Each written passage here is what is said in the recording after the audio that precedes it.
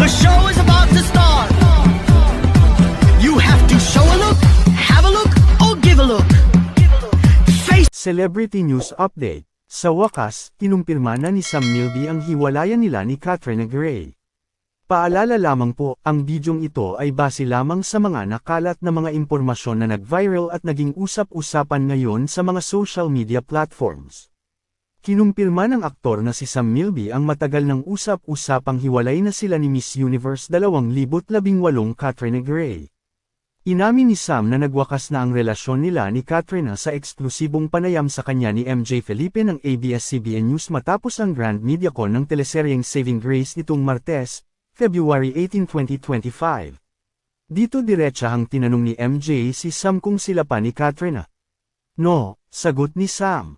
Ayon sa aktor, noon pa man ay napagkasundoan na nila ni Katrina na gawing pribado ang kanilang relasyon. Ito ang dahilan kaya hindi nila agad isinapubliko ang kanilang breakup.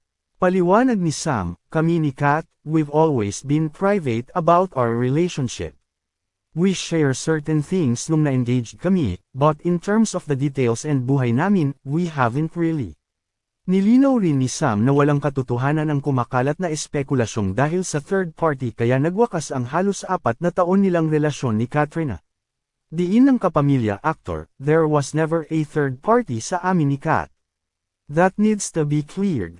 There is no truth to it at all. It makes me really sad, may babala ako sa mga tao. Please, mag-ingat kayo sa mga nakikita nyo sa online. If there's no evidence, huwag niyong paniwalaan yung nakikita niyo because in this incident, there's absolutely no truth to it at all. Nausisa rin si Sam tungkol sa pag-iyak si Katrina sa concert ni TJ Monterde, kung saan 2 upuan lamang ang pagitan ng dating magkasintahan.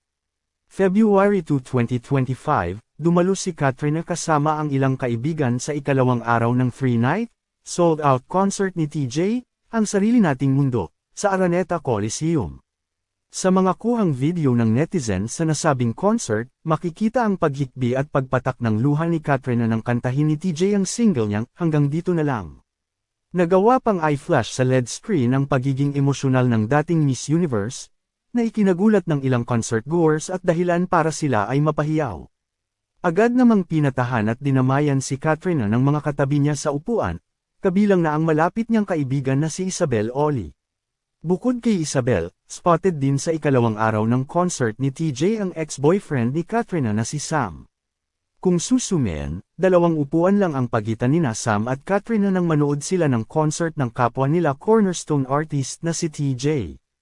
Ikinalungkot ng kanilang mga tagahanga na makita si Katrina na emosyonal habang si Sam ay wala raw ginagawa. Ano ang masasabi mo tungkol dito? Magkomento lamang po at para laging updated sa mga susunod na chika huwag kalimotang mag-like, share, subscribe at click the notification bell para sa mga latest news update.